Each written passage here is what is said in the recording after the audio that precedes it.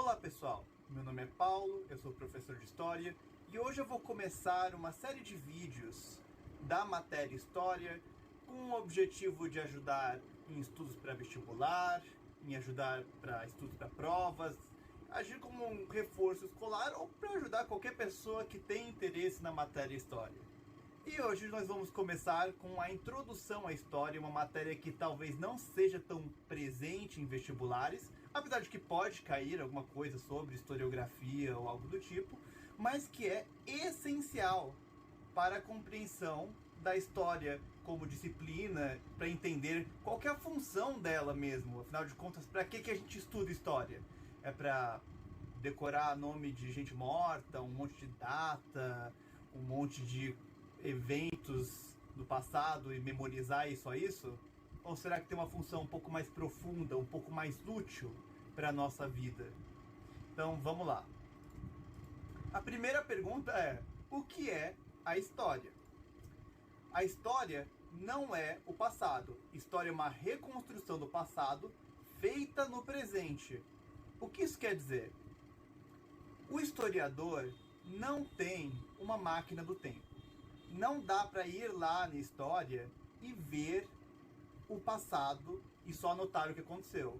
A gente reconstrói o passado baseado em evidências, baseado em fontes históricas, que vai ser o tópico de outra aula. Só que essa reconstrução não é 100% precisa. Por quê? A escrita da história é afetada pelos conhecimentos, valores e preconceitos do historiador. O historiador é um ser humano. Como ser humano, ele tem uma visão de mundo. E essa visão de mundo vai influenciar como ele faz essa reconstrução da história. Por exemplo, digamos a gente de um historiador que estivesse estudando e escrevendo sobre o Império Romano. Se fosse do século XIX, um período onde, por exemplo, guerra de conquista ainda era muito comum, será que ele escreveria sobre a história do mesmo jeito que um historiador do século XXI faria? Isso é uma coisa que o historiador em si não é isento. Mesmo que se tente ser o máximo possível, existem mudanças no que é considerado certo e errado dentro da história ao longo do tempo. E aí nós vamos ver a historiografia, que é o estudo da história como ciência, procurando a melhor maneira de interpretar as fontes históricas. Porque a função da história, o objetivo da história, como que você faz história, não é algo que sempre existiu do mesmo jeito. Então a gente vai ver alguns dos processos pelo qual, das mudanças que passou o estudo da história. Então vamos começar pelo começo. Heródoto, esse camarada charmoso aqui, conhecido como o pai da história, viveu entre 405 a 425 a.C., então o século V a.C., e tinha uma metodologia baseada em coletar relatos de várias pessoas que teriam vivenciado o evento estudado. Por que ele é considerado o pai da história? Porque antes do Heródoto não existia muito nenhuma metodologia, pelo menos no Ocidente. Quando a gente fala que ele é o pai da história, ele é o pai da história no Ocidente. Não existia muito uma metodologia para o estudo da história. Era muito baseado em lendas e mitos e uma pessoa dizendo porque ela que está dizendo. Então o Heródoto foi o primeiro a colocar um mínimo de cientificidade na história. Claro, comparado com a metodologia que a gente usa hoje, o sistema de você só ir lá e perguntar para as pessoas é bastante simples. E ele foi criticado até mesmo por pessoas da própria época. Existiam críticas de que ele aceitaria informações de cunho lendário, fantasioso, ou aceitaria só evidências anedóticas, mas o fato de que ele estava juntando múltiplos relatos, cruzando eles, analisando eles, vendo em que eles concordavam, no que eles discordavam, já era uma metodologia mais precisa do que o que tinha antes.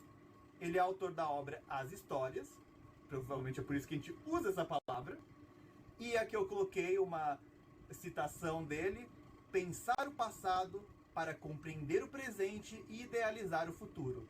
E eu acho que dá para utilizar essa frase como meio que uma linha mestra do pensamento da história, sobre a função dela. Vamos ver agora sobre a evolução da historiografia.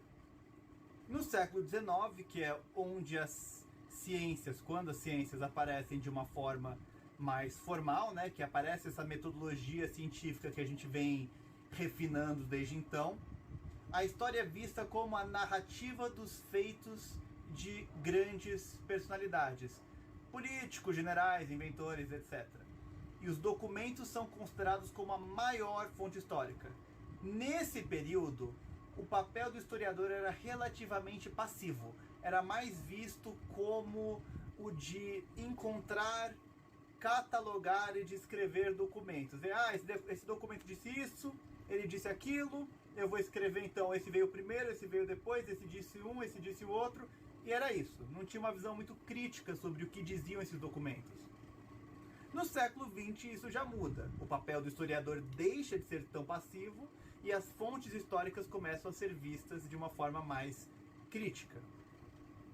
Além disso, o sujeito histórico passa a ser mais diverso. Historiadores estudam a história da mulher, da infância, da música, da arte. Essencialmente se torna uma coisa um pouco mais ampla, deixa de ser só sobre o grande homem e começa a ser sobre qualquer pessoa da humanidade, qualquer ser humano. E também começa a ter uma visão um pouco mais crítica sobre, tem um documento, ele diz uma coisa, por que ele diz essa coisa? Será que isso é uma narrativa oficial? Será que é isso que a pessoa que fez o documento queria que você pensasse? Também não quer dizer que o documento esteja errado. Isso significa que ele é só um dos elementos a serem analisados e não o único todo-poderoso. Aqui nós temos um historiador bastante importante, o francês Marc Bloch, pertencente a um movimento muito importante da historiografia no século XX, que definiu a história como o estudo dos homens no tempo. Então aí a gente sabe, é claro que ele está falando aqui homens no sentido de seres humanos como um todo, que então qualquer ser humano, contanto que a gente esteja analisando ele no tempo, é objeto de estudo da história. Agora, por que estudar história? Por meio do estudo da história, podemos contextualizar a nossa realidade presente. Por exemplo, a guerra entre a Ucrânia e a Rússia, que começou em 2022. Tem como realmente entender o que está acontecendo lá, sem ter pelo menos um certo conhecimento sobre a Guerra Fria, sobre o Pacto de Varsóvia contra a OTAN, sobre até a Segunda Guerra Mundial, Revolução Russa, União Soviética? Realmente precisa, para contextualizar, para ter toda a lógica desse fato histórico, nós precisamos de um conhecimento da história. Mesma coisa agora a gente também está tendo o conflito entre Israel e Palestina, que também tem todo um contexto histórico que pode, dependendo de como você pensar, vir desde antes da Segunda Guerra ou desde 2000 anos atrás. De qualquer modo, tem muita história para realmente conseguir entender. Porque senão você vai achar, tem gente brigando. Por quê? Por nada. Não. Tem todo um arcabouço de fatos que levaram até aquele momento. Afinal de contas, para a gente realmente entender qualquer coisa, até para a gente entender uma pessoa, a gente tem que entender um pouco a história dela, certo?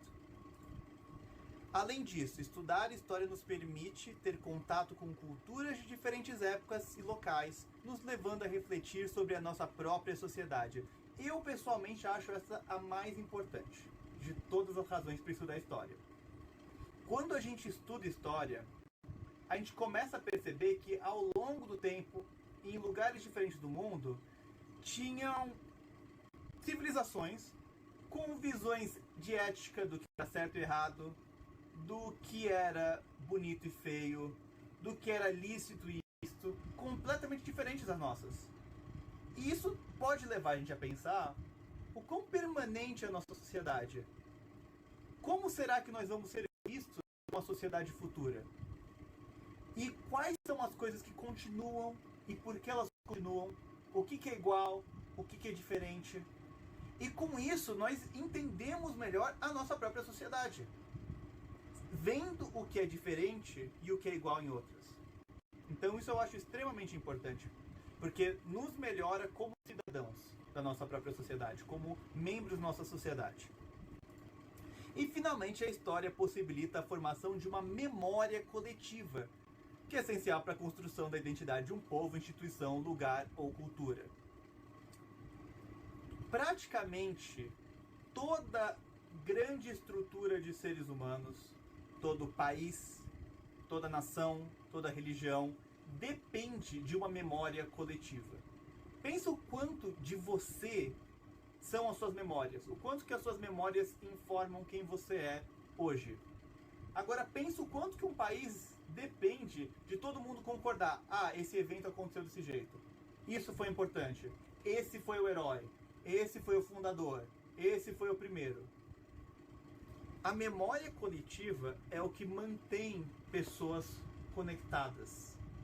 E o estudo da história permite a gente entender essa memória, talvez até questioná-la criticamente, mas permite a gente entender por que a sociedade é assim. Vamos lá. Uma frase importante, extremamente famosa, do filósofo Jorge Santayama: aqueles que não conseguem lembrar do passado estão fadados a repeti-lo. Processo histórico. A história não pode ser estudada através de fatos isolados. É preciso estudar os fatos históricos ao longo do tempo, considerando suas permanências e rupturas. Quer dizer, os eventos que fazem coisas terminarem ou mudarem drasticamente, e também as coisas que continuam ao longo do tempo. Eu botei um exemplo aqui de uma comparação de um fato isolado com o seu contexto histórico, com o processo histórico em que ele existe. Fato isolado. Em 13 de maio de 1888, a princesa Isabel assinou a Lei Áurea, extinguindo a escravidão. Se você vê esse fato sem nenhum contexto, você acha, ah, legal, então, em 13 de maio de 1888, a princesa Isabel decidiu ser boazinha, benevolente, que legal, extinguiu a escravidão da cabeça dela. Que bom. Mas se você analisa o processo histórico, você vê que a abolição da escravidão foi um evento complexo decorrente de mais de 300 anos de lutas, revoltas e avanços políticos e legislativos. Porque realmente não foi algo do nada. Os escravos já resistiam, já tinham inúmeras revoltas, fugas, sabotagem. Além disso, existiam pressões externas, tinha o iluminismo, que teve uma influência forte sobre isso. Assim, dava para fazer assim, umas boas meia dúzia de aulas só sobre isso. Mas eu coloquei não dá porque não é sobre esse tema da aula, mas eu coloquei alguns, só para dar exemplo. Nós temos aqui o Quilombo dos Palmares, talvez a forma mais famosa de resistência de escravos no Brasil. A Revolta dos Malês, que já foi um bom século depois do fim do Quilombo dos Palmares, que foi uma revolta violenta de escravos. Nós temos a Bill Aberdeen, esse Bill aí não é o nome, é lei em inglês, que foi uma lei da Inglaterra, onde eles determinaram que o tráfico de escravos não era mais permitido no mundo e que eles tomariam qualquer navio que estivesse carregando escravos. E a lei do ventre livre, uma das últimas peças legislativas antes da abolição, que determinou que todos os filhos de escravas, então, que nasceram de escravos, estariam libertos.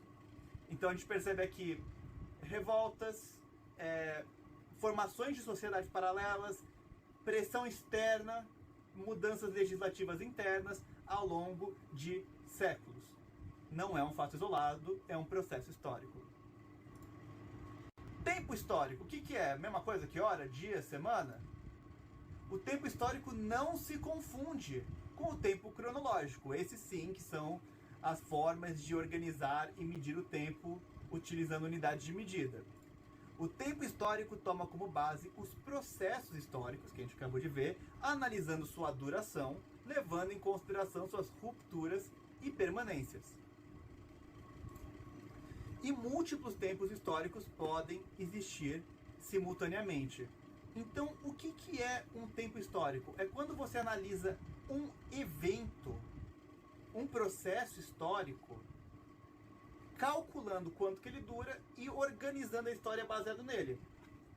O tipo de tempo histórico pode variar. Por exemplo, a proclamação da independência do Brasil em 1822 representou uma ruptura no período colonial, mas tem a permanência do poder monárquico. Então, se você estivesse contando a duração, o tempo da monarquia no Brasil, esse continuou. O tempo do colonialismo em que o Brasil foi colônia de Portugal, esse acabou. São diferentes tempos históricos. Vamos ver aqui sobre a duração dos fatos históricos. Segundo o historiador francês Fernand Braudel, outro dos historiadores franceses dos meados do século XX, foi um período em que teve uma grande revolução no pensar histórico, esse camarada aqui. Segundo ele, os fatos podem ser de curta duração, que ocorrem em um único momento, como uma greve, uma morte ou a assinatura de um documento. De média duração, que referem-se a conjunturas políticas ou econômicas normalmente vividas apenas por uma geração, por exemplo, a Guerra Fria ou a ditadura militar. Ou de longa duração, que perduram no tempo através de várias gerações, sendo normalmente comportamentos coletivos, costumes ou crenças enraizadas, como, por exemplo, o cristianismo, a monarquia feudal ou o capitalismo. Desses daqui, inclusive, 2 deles continuam.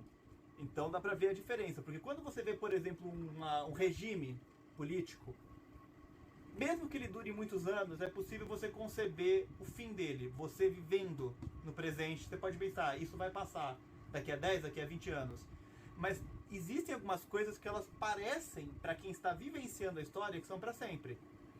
Imagine, por exemplo, alguém que viveu na monarquia feudal, que eu coloquei aqui. Monarquia feudal. Você está no século X. Tinha monarquia séculos antes. Terá monarquia séculos depois.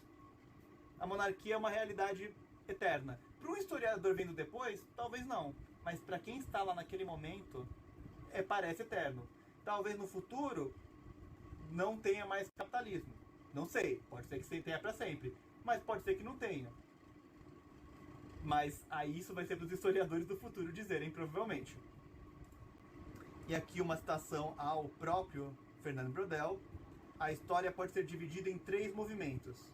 O que se move rápido, o que se move lentamente e o que parece não se mover. É exatamente o que eu tinha falado, eu estava inclusive pensando nele quando eu falei isso, que do ponto de vista de quem vive a história, os fatos podem ter essas durações, inclusive os que parecem não se mover, os que parecem que são eternos.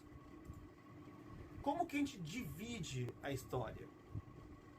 A história da humanidade é separada em períodos cronológicos com base em características culturais, políticas, sociais e tecnológicas comuns. Isso é importante, a gente não separa a história certinho. De 1000 em 1000 anos. De 5000 em 5000. De 500 em 500. Não. A história é separada baseada em aspectos que unem esse período de uma forma coesa. Por exemplo, os primeiros animais do gênero Homo aparecem cerca de 2 milhões de anos e meio no passado.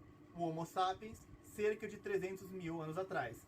Esse período, a partir do momento que aparecem os primeiros hominídeos, é quando a gente começa a considerar como objeto da história. Antes disso, aí são para paleontólogos e outros acadêmicos estudarem, período pré-ser humano. A gente separa a história em pré-história, que é um período que vai até 4000 a.C., e a história propriamente dita, que segue até os dias de hoje. Assim, é estranho falar que a gente separa a história em pré-história e história, Mas isso é uma divisão relativamente acadêmica. É tudo história. Antigamente se considerava que antes da escrita não era considerado história, hoje se considera. Mas fica mais fácil a gente entender que a partir da escrita, a partir de 4000 a.C., é a história propriamente dita, porque a história é recordada. Antes disso, é a pré-história. A história propriamente dita é subdividida em 4 períodos: a Idade Antiga, ou Antiguidade, a Idade Média, a Idade Moderna e a Idade Contemporânea. Marcos históricos. Para organizar o estudo da história, os períodos são divididos através de marcos históricos, eventos causadores de grandes rupturas, encerrando uma era e iniciando outra. Essas subdivisões são feitas para fins didáticos. Não é possível dizer que um único evento pode definir o fim ou início de um período histórico. Isso é muito importante. A gente determina que determinada data é o fim ou é o começo de um período histórico. Por exemplo, 4000 a.C., termina a pré-história, começa a história. Isso quer dizer que 4001 a.C. não tinha nada, era um bando de uga-buga atacando pedra um no outro. 4000 a.C., agora sim, tem civilização, tem cidade. Não, obviamente é muito mais gradual que isso. Se a gente pegar a transição da antiguidade para a Idade Média, por exemplo, que é colocada como a queda de Roma, existiam processos já no fim do Império Romano que eram muito semelhantes ao que teria no começo da Idade Média. Já tinham invasões bárbaras, já tinha cristianização de povos bárbaros que eventualmente virariam os reinos europeus. Ao mesmo tempo, se você olhar o começo da Idade Média, tinha muitas coisas semelhantes ao Império Romano. Inclusive, a nobreza romana continuou tendo um certo poder. Então, não dá para você dizer, de um ponto de vista completamente técnico, que essa é a data em que realmente, não, mudou completamente. Mas é bom ter uma data. É bom ter uma data porque é fácil de lembrar quando. É para ser mais fácil o aprendizado. E aqui eu coloquei essas datas. O surgimento do gênero Homo, cerca de 300 mil anos atrás. Surgimento da escrita, em torno de 4000 a.C. Queda do Império Romano do Ocidente, em 476 depois de Cristo. Queda de Constantinopla, em 1453 depois de Cristo. E a Idade Contemporânea é onde estamos agora, que continua até o dia de hoje. Perdão, ela começa com a Revolução Francesa, em 1789. E aqui eu coloquei um gráfico que demonstra como a gente está tendo uma espécie de aceleração da história. Porque os períodos históricos estão ficando mais curtos. A Idade Antiga teve 4.000 anos e meio de duração. A Idade Média é menos de 1.000. E assim, vocês vão vendo por diante, reduzindo a duração. Existem alguns acadêmicos que defendem que já acabou a Idade Contemporânea. Que não dá pra gente dizer que hoje nós vivemos na mesma época do que o pessoal do pós-francesa, das primeiras revoluções industriais, que nós estaríamos na mesma época. Isso não é algo que é consenso na história. E também a gente não tem uma data, a gente não tem um marco histórico para isso. Algumas pessoas argumentam que foi a queda do Muro de Berlim, alguns que foi a criação da internet. Eu já vi até historiadores defendendo que a pandemia de 2020 foi esse marco histórico. Mas isso é algo para ser definido por historiadores no futuro. Isso não é definido na época. O pessoal na Revolução Francesa não estava falando: nós não somos mais modernos, nós somos contemporâneos. Isso é feito depois. Bom, pessoal, espero que vocês tenham gostado da aula. Nossa próxima aula vai ser sobre fontes históricas. Até lá, bons estudos.